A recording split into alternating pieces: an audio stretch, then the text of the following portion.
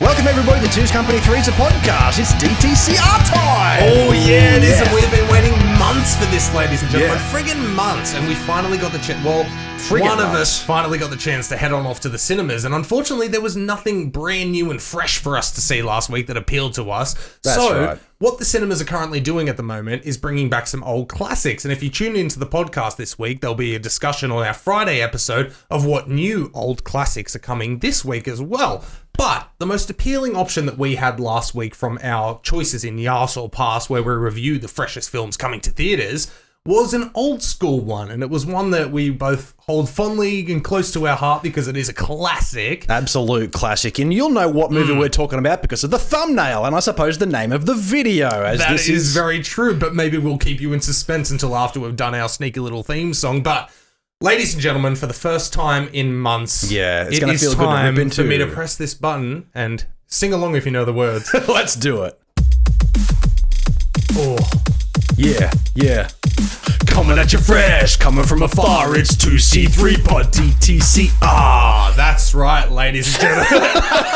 Dylan throwing up the gang signals. We apologise if we offended anyone. Yeah. Anyway, okay. That's right, ladies and gentlemen. It's time for 2C3 Pod DTCR does the cinema. Now, Absolutely. as you mentioned before, that you got to go to the actual cinemas to experience this film. Now, we obviously didn't have the chance to visit this film back when it debuted. Oh, God, no. Obviously in cinemas. We were far from being born. That's correct. We weren't even a thought or even a sperm back then. But it's now however many years later. I got the chance to actually watch this on Amazon. So thank you, Amazon, for actually having this on there. We keep shouting out. Hurry up and sponsor us, please. I know, right? Yeah, wouldn't that be cool? Anyway, we got to review Ghostbusters. We get to review Ghostbusters. Shock and awe. Yeah. I really hope that somebody just clicked randomly on a thumbnail, didn't even look at it, and was just like, what are they going to review? I'm just going to not even look at the screen right now. Yeah, in case there's those people who are working from home and they should be doing work, but they've got YouTube on next to them. Absolutely. Yeah. But with how much this was a success back in the day, finally getting a chance, me personally, being able to see it on the big screen, I appreciated it so much, and I knew exactly who I wanted to call about this.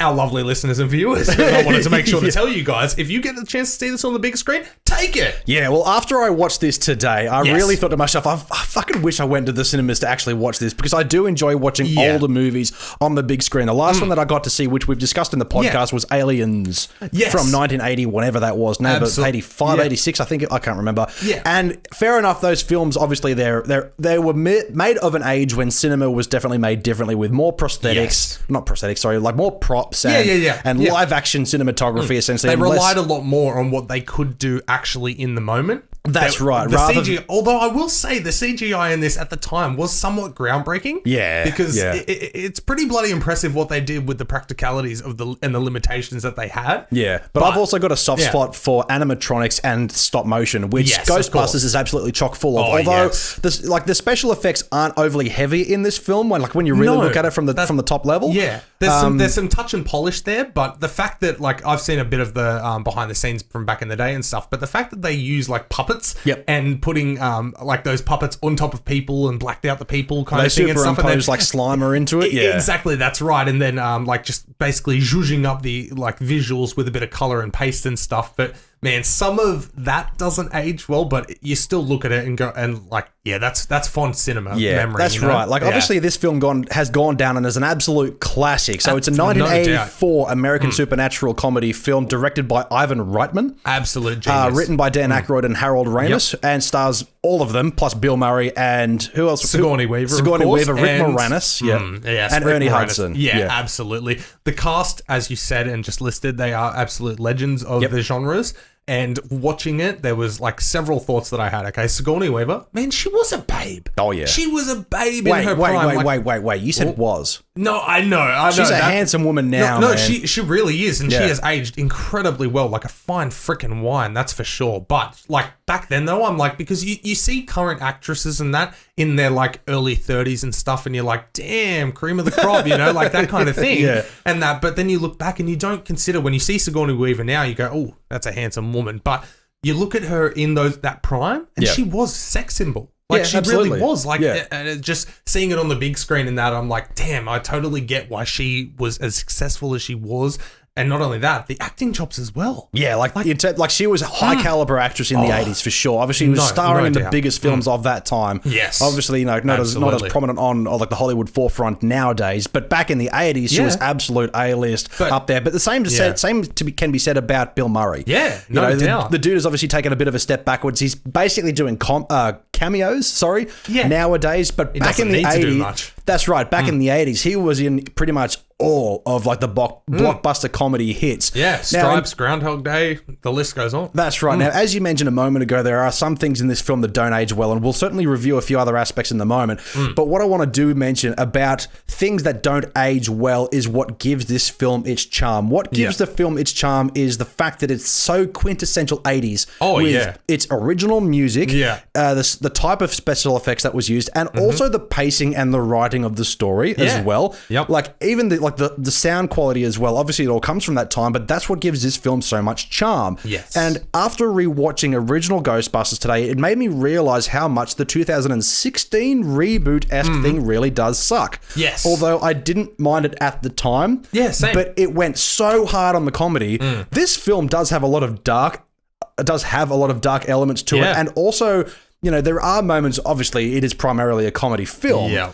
But it does take a few turns here where it does take itself a little bit seriously from time to time. And I think that's what makes this so well. And that's what makes me look forward to Ghostbusters Afterlife. Absolutely. Yeah. No, that one seems like it's going to trend in the same direction, like trying to respect the ways of this original one. Yeah. And so well. But no, you're completely right in the fact that this film does touch on so many different tones and the way that it takes this route, but like you said, it is such quintessential 80s though, with the humor and stuff like that. A lot of that humor does carry forward, but I just want to give a special shout out to one of my favorite side characters in the film was their assistant.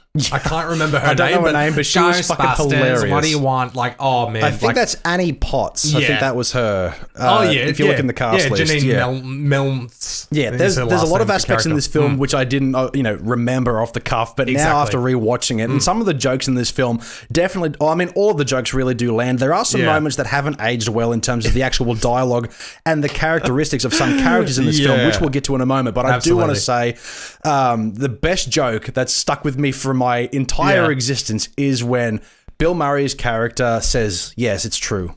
This man has no dick." Yeah. And I've said it in like previous podcast episodes just randomly because I really enjoy that joke. I remember there was one of my quotes. One of my quotes was right at the beginning when they first go to the library to investigate the old woman ghost. Yeah, the ghost thing. Yeah. And Dan Aykroyd says, Listen, can you see that? Or like, can you smell it? Yeah, listen, can you smell something? Yeah, listen, can you smell something? And I heard it and went, oh man, he so should have got that. But then later on he says, yes, it's true. This man has no dick. And that was the quote that you said, well, if you had have said this, I would have gotten it. And I was like, yeah. Well, that's what this film is. That's what's good about these, I wouldn't say intellectual comedies, but there are just little moments like that, that joke, for example. Listen, do you smell something? Which, if you weren't really paying attention, it would go completely over your head. You would not notice. And this film is littered with little nuances like that. Little subtleties. That's right, exactly. That's completely correct. But also, do have to give a shout out, Rick Moranis. My God, he plays the dork so fucking well. He was a gift to cinema, truly. Like he was probably the first ever quintessential dorky friend, dorky neighbor, that kind of thing. And everybody loved him. But not only that, to have the ability to then lead your own franchise in like Honey, I Shrunk the Kids and be a leading man himself. Yeah. To be able to spread his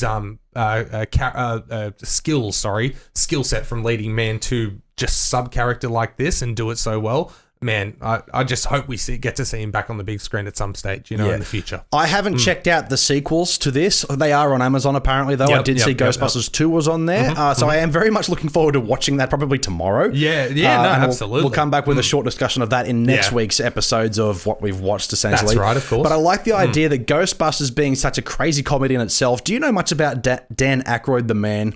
Himself? I know a little about why this became the film that it is and his history with his family and that. Well, 40 years later, the Dan Aykroyd, the man who's responsible and partly wrote Ghostbusters, has his own personal fascination and belief in paranormal. Well, whether it be ghosts or aliens, he's into this shit and he embraces it completely. I've watched him on other podcasts. He understands that other people have differing opinions and he's okay with that. But also, Crystal Head vodka. Oh. Did you know about that? No. I'm like, do you know Crystal Head Vodka, the brand? Yeah, that's his. Dan Aykroyd's. Oh, really? Yeah. So he's on the list of celebrities that own their own alcohol. Yeah. There you go. That's amazing. But that stems from his parents. His parents were paranormal investigators. Oh, wow. That's cool. No, that's where it came from. Yeah, there's on Netflix, it's been sitting there for ages, but the films that made us or the movies that made us, there's a special on Ghostbusters. Absolutely fascinating. Go and check that out if you're a fan of the Ghostbusters film. But did we want to touch on the bits that didn't age too well? Yeah, so let's look at this from a perspective of watching this film in 2020. Yes. Now, you can certainly turn around and say, well, this wouldn't fly in today's climate. And yes or no, there's some differing aspects to that. Yeah. But I do want to say that I completely forgot, or maybe I didn't realize it when I watched this when I was younger, and now I'm watching this as an adult. Yes. Bill Murray's character, what's his name again? Peter Venkman. Peter Venkman. Peter Venkman is an absolute creep from start to finish. Yeah. There is no moment in between where he learns a lesson or anything like that. No. That's just his portrayed character. And some of the comments he makes to Sigourney Weaver's character, Dana Barrett, it's a little bit like, the beginning of the film starts out with Peter Venkman, and he's testing students at a university to see whether they've got psychic abilities, and it's complete bullshit. He's like just basically electrocuting one kid and trying to sleep with another. He's tuning a college student, and he's a professor. That's correct. But not only that, but every other interaction with females in the film. Yep. He has that same kind of really creepy vibe. There's a moment when they're walking through the lobby and a woman like walks past, and Bill Murray's Peter Venkman's character just locks eyes and just keeps that creepy look. But then you have the moment where Sigourney Weaver's character goes to the Ghostbusters for help. Yeah. Peter Venkman goes back to her apartment to snoop around a bit. Yeah. I can't remember exactly what he said, but holy shit, man. He without asking, bursts into her bedroom, opens the door, and then closes it and that. And she said, oh, nothing ever happens in there. And he goes, shame. That's a crime. Something like that. Yeah. Exactly. Yeah, I think it is shame. But that's a shame. Yeah. No, it might be a crime. But either way, there's just very, while that is a funny joke. Yeah. And I get it, and it's subtle. But at the same time, the way the character is portrayed, and you already have learned about this character, you know he's just being a dirty pervert. Oh, simple for as sure. that, but not only that, it escalates to the point where he's talking about how he's madly in love with her, and then she's trying to kick him out of his apartment, and he's just not going, and he has to push him out. And he even then asks for a kiss. And I'm watching this going, would I cringe if I watched this 10 years ago? That's right. I don't know, because I was 17. Yeah, exactly. I probably didn't quite understand it, but I watch it now and I think, you know what? The film is fantastic. The special effects are adorable. The story itself is batshit crazy, but those elements, I was not comfortable. No, exactly. And with the whole pushing out of the apartment as well, it was kind of like I had a point there, but I've already forgotten it. Sure. But yes, no, very uncomfortable in that sense. But the film as a whole, it is a classic. It has gone down as a classic, and those are just fragments of the time that once was. That's right. Yeah, that's right. So the film as a whole, it starts out these ragtag group of friends.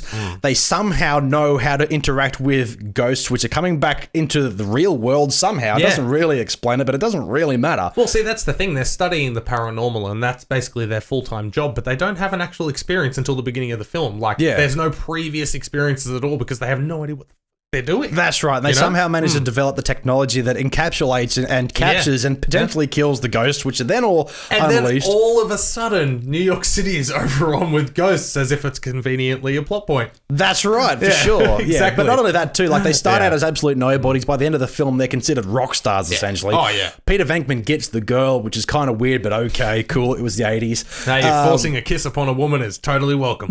Apparently so. You'll get the girl. Yeah, that's right. Don't do that. Don't clip that. Just don't do that. Exactly. Anyway, so Ghostbusters, if you haven't really checked this one out yet, if you're a bit young and you think, I'm not really in for like films of the 80s, some of them are fantastic, some of them not so much, but this definitely stands on its own as an absolute classic. Yeah. So check out Ghostbusters if you haven't. If you have, leave your thoughts down below of what you think of Ghostbusters and what you want us to check out next. And if there's a cinema nearby playing an old school classic, don't be scared to go and see, because I had a fantastic time being able to see this one on the big screen. Yeah, absolutely adored it. So Yeah, no, if you get the chance, go and see it. But anyway, I think that'll wrap up our review of Ghostbusters, yeah? That's right. Would you really call that a review of more of just like, this is what we think about this now? Well, I mean, we did rewatch it and get to talk about a few of the points. So this is us enjoying film. That's right. If you want an experience of an audio exclusive episode based on our experiences of you going back to the cinema and what that felt like, a little more personal conversation, head to the link below. We've got a Patreon account which you can get additional exclusive audio content. Yes. But not only that, click the other link down below, which is going to link to our podcast. We've got 2 episodes every week, every Wednesday, every Friday. All of those episodes as well are uploaded to YouTube, so make sure you click on the box that's going to pop up in just a moment and hit that like and subscribe button as well, and that bell. Absolutely, and I think Dylan basically said it all, so no more need be said. Cool. Thank you, everybody, for tuning in. Cheers. We'll see you next time. Okay, yep, we don't wrap it up. No, we don't wrap it up like that for YouTube. It's been a while. Anyway, yes, thank you, ladies and gentlemen. Click the links.